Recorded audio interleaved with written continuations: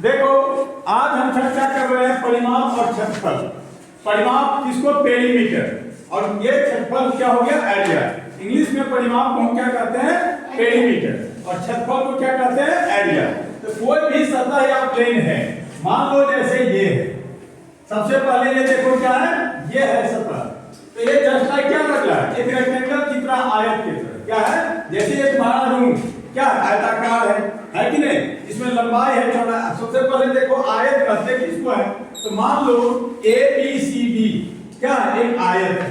क्या है, आयत में क्या होता है, आमने सामने की भुजा, जैसे ए बी और सी डी आपस में समानांतर होगा, पैरेलल होगा, और क्या होगा, बराबर होगा। यानी ए बी बराबर हो जाएगा किसका, अपोजिट जो साइड है ये बराबर होगा बीसी का। समझ गया। उसके बाद में ये ए डी बराबर होगा किसका, बीसी का।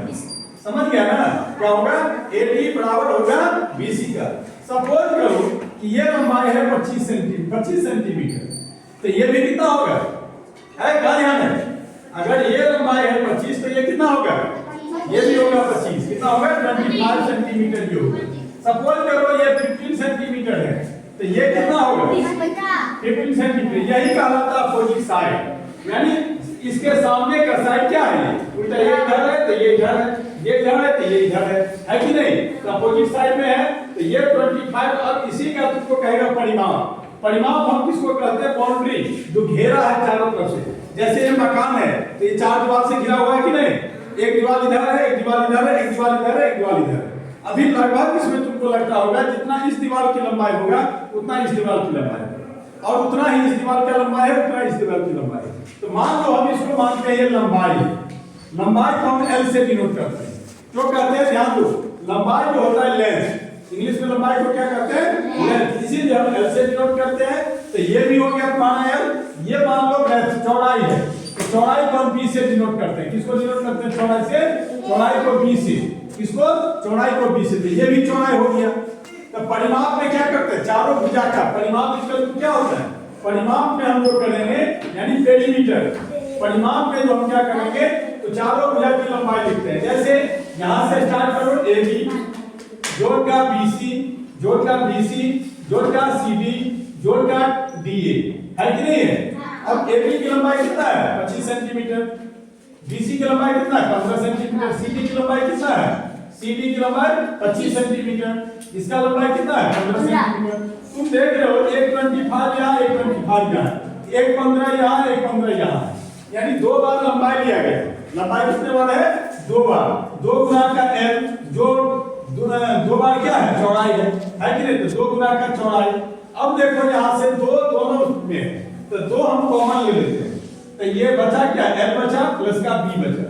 यानी आयत का जो ये आयत है, आयत में क्या होता है, अपोजिट साइड जो है, ये साइड ये साइड आपस में पैरेलल भी होगा और समानांतर होगा।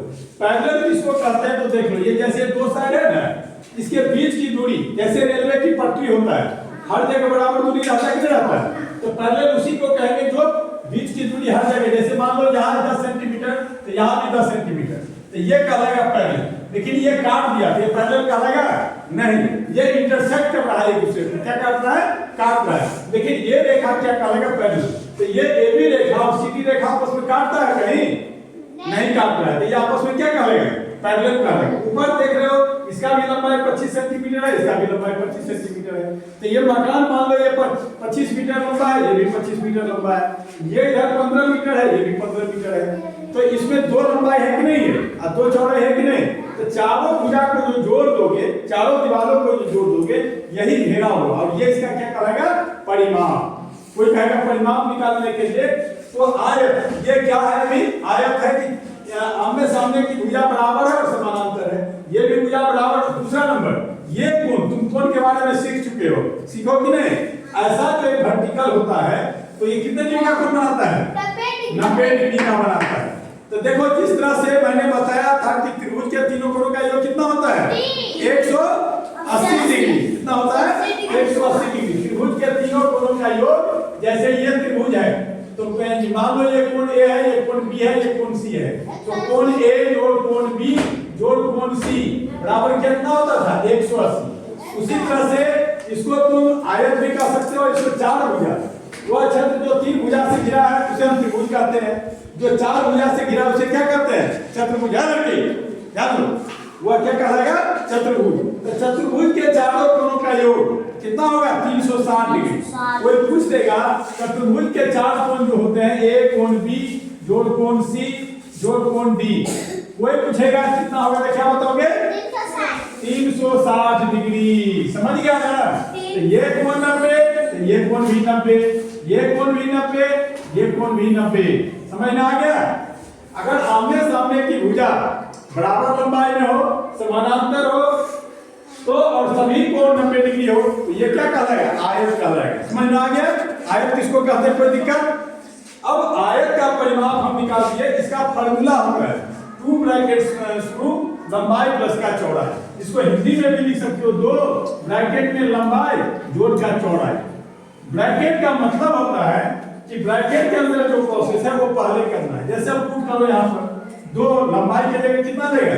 25 है, 25 जोड़ चौड़ाई के जगह 15, ये सेंटीमीटर है, ये बाहर नहीं लिख देना सेंटीमीटर, ठीक है। अब देखो 2, जब ब्रैकेट होता है तो हम ब्रैकेट का काम पहले करते हैं। ब्रैकेट को हिंदी में कहते हैं कोष्ठ। क्या कहते हैं? कोष्ठ। तो इसको 25 को 15 को जोड़ो, कितना होगा? 25 15 को कितना होगा? 15। जल्दी जोड़ो, कॉपी पर जोड़ो, नहीं आता है, जल्दी जोड़। 25 15 को 20 होगा। 40। तो 2 गुना का 40 कर दिया। अब देखो 40 को 2 से गुना करो, कितना होगा? जल्दी करो, देर मत करो। 80। हाँ, वेरी गुड, 80 सेंटीमीटर। ये इसका परिमाप हो गया 80 सेंटीमीटर। समझ में आ गया? आयत का परिमाप समझ में आया? फार्मूला हो गया आयत का परिमाप का, यानी अब यहां लिख देता हूं आयत का परिमाप। परिमाप का फार्मूला ये याद रखना, 2 ब्रैकेट स्क्रू लंबाई प्लस का चौड़ाई। कोई दिक्कत? समझ में आ गया? इसको उतारो जल्दी।